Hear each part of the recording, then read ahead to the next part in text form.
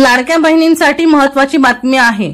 मुख्यमंत्री लाडकी बहीण योजनेतील पात्र महिलांना लाभाचे वितरण 17 ऑगस्ट रोजी होणार आहे। आतापर्यंत सुमारे 1,35,00,000 महिला पात्र ठरल्या असून 17 ऑगस्ट रोजी त्यांच्या खात्यात पैसे जमा होणार आहेत। त्यापूर्वी महिलांच्या बँक खात्यासंदर्भात सरकारने महत्त्वपूर्ण आदेश दिलेत। या आदेशाचे पालन न केल्यास महिलांच्या बँक खात्यात पैसे जमा होण्यास विलंब होणार आहे। त्यामुळे लाभार्थी महिलांनी शासनाने सांगितलेल्या अपडेटवर त्वरित दुरुस्ती करून घेणे आवश्यक आहे। या योजनेच्या लाभार्थ्यांना थेट बँक खात्यात डेबिटद्वारे पैसे जमा केले जातील। पात्र लाभार्थ्यांपैकी 27 लाख महिला लाभार्थ्यांनी त्यांचे आधार कार्ड त्यांच्या बँक खात्याशी लिंक केलेले नाही। या महिलांची बँक खाती आधार कार्डशी लिंक करण्यासाठी सरकारने विशेष मोहीम राबवण्याचे आदेश दिले आहेत।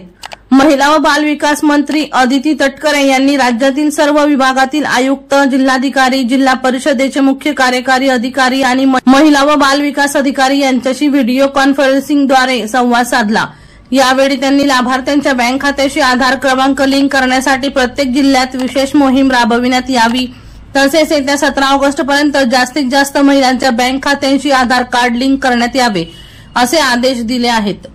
वर्षा लोहार यांचा रिपोर्ट V1 लाईव्ह जळगाव।